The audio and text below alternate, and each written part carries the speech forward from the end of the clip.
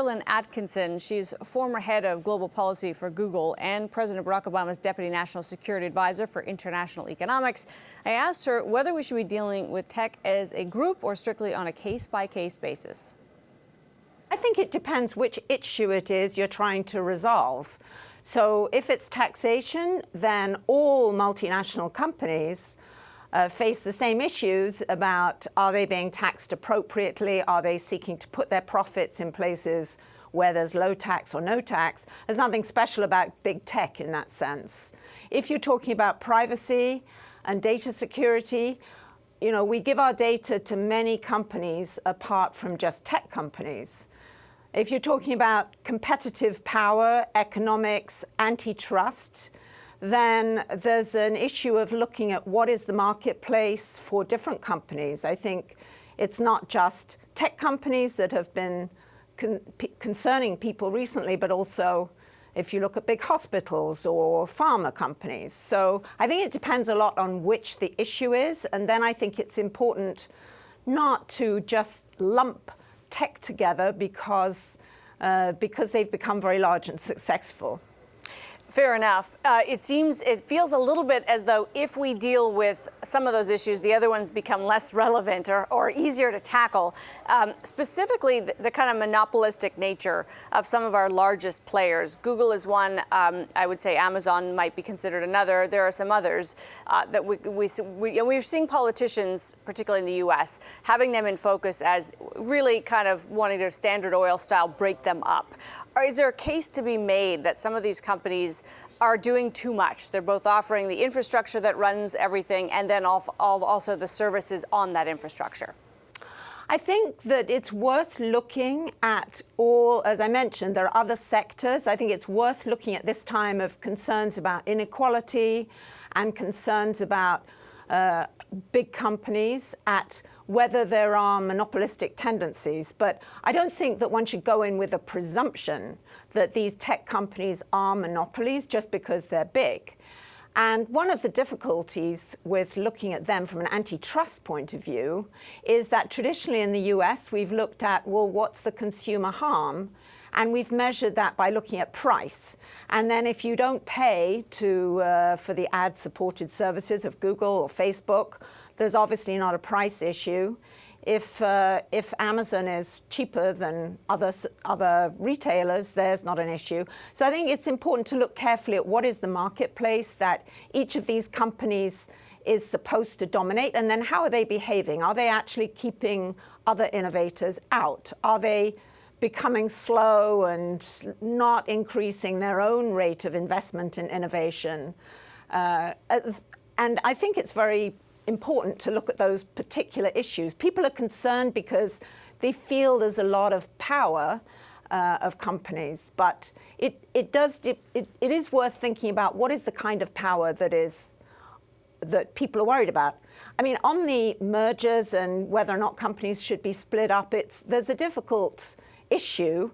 As you, I'm sure, know, many small innovating startups look forward to being bought out. I mean, some may think they're going to go public with an IPO. That hasn't been going so well recently. But others think their way out is getting sold and getting bought by a bigger company. You referenced the existing rules. The consumer welfare doctrine is one that is one that we think about when we think about kind of, is there a monopoly? Whom is it harming?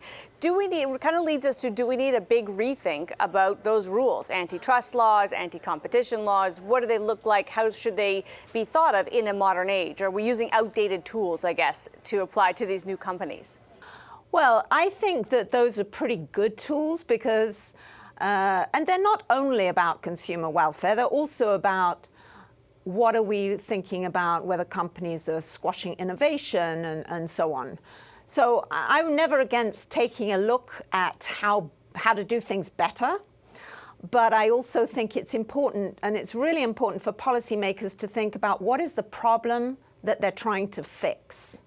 In Europe, for example, I think part of the problem they're trying to fix, to be frank, is that there are big American and now increasingly big Chinese successful tech companies and there aren't successful European tech companies. And they don't quite know why that is, but they don't like it. They especially don't like the big American tech companies. Now, obviously, that's not an issue for the United States, but I think we need to think about which of the problems we're trying to fix. And quite frankly, the companies themselves need to be more open to discussing and figuring out with policymakers how best to fix the problems. I think for a long time, some of these companies were just convinced that they were doing good things and that there was no need to pay attention to how they fitted into society. And I think we're certainly past that.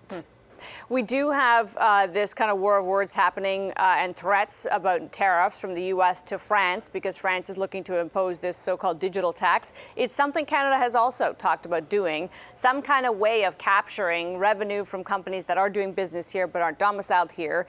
Is this something we need to solve, and should it be solved in a global way? Definitely you need a global approach, and I think to taxing multinational companies. Again, it's not something that that is that easy to resolve, except that we have had countries, the G20 largest countries in the world, have been working together to make it more difficult for companies to domicile or to book their profits somewhere where they're not actually making things.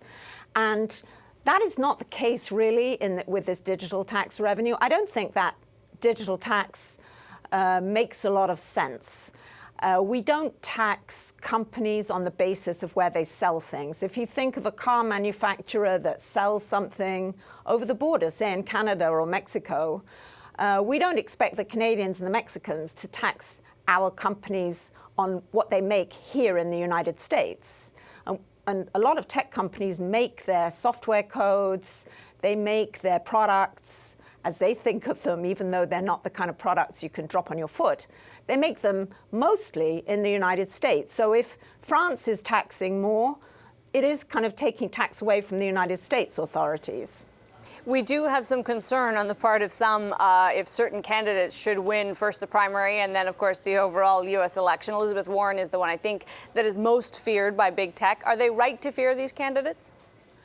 I think the big tech companies should be thinking about how, as I said, they fit into society, which are the issues that trouble their consumers who are also voters, and how to explain what they do and think about what they do. So it doesn't make sense to fear one candidate or another. I think actually the concerns about the economic, and it's more than just the economic power, but the concerns about the economic power of tech companies are fairly widespread.